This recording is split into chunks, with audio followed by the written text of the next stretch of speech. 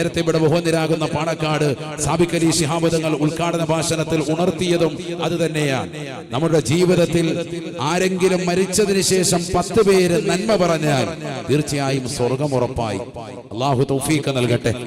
ഒരു വ്യക്തിയുടെ ജനാസ കാണുമ്പോൾ അദ്ദേഹത്തിന്റെ അടുത്തിരുന്നു കൊണ്ട് 10 പേര് അദ്ദേഹത്തെ കുറിച്ച് നന്മ പറയുന്നത് കേട്ടപ്പോ വജബത്ത് എന്ന് പറഞ്ഞ പ്രവാചകരോട് എന്തിനാണ് തങ്ങൾ നിർബന്ധമായി എന്ന് ചോദിച്ചപ്പോൾ പ്രവാചകൻ പ്രത്യുത്തരം കൊടുത്തത് അദ്ദേഹത്തിന് സ്വർഗം നിർബന്ധമായി എന്നാണ്. കാരണം നിങ്ങൾ അദ്ദേഹത്തെ കുറിച്ച് നന്മ പറഞ്ഞു, അതുകൊണ്ടാണ്. അതേ പ്രവാചകർ അല്പനേരം കൂടി അവിടെ ഇരുന്നപ്പോ മറ്റൊരു ജനാസ പോകുന്നത് കണ്ടപ്പോൾ കൂട്ടുകാർ അദ്ദേഹത്തെ കുറിച്ച് മോശത്തരം പറഞ്ഞു, അദ്ദേഹം കുറ്റക്കാരനാണെന്ന് കുറ്റപ്പെടുത്തി. നബി സല്ലല്ലാഹു അലൈഹി വസല്ലം തങ്ങൾ അപ്പോഴും ആദ്യം പറഞ്ഞ അതേ വാക്ക് തന്നെ പറഞ്ഞു, വജബത്ത് ലഹു, അവന് നിർബന്ധമായി എന്ന് പറഞ്ഞു. വമാ വജബത്ത് യാ റസൂലല്ലാഹ്, അല്ലാഹുവിന്റെ റസൂലേ എന്താണ് ഈ നിർബന്ധമായത്?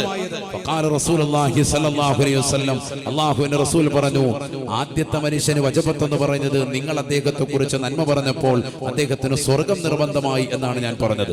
രണ്ടാമത്തെ മനുഷ്യനെ കുറിച്ച് വജബത്ത് ലഹു എന്ന് ഞാൻ പറഞ്ഞതിനർത്ഥം അദ്ദേഹത്തിന് വജബത്ത് ലഹുന്നാർ, കത്തിച്ചൊലിക്കുന്ന നരകം അദ്ദേഹത്തിന് നിർബന്ധമായി.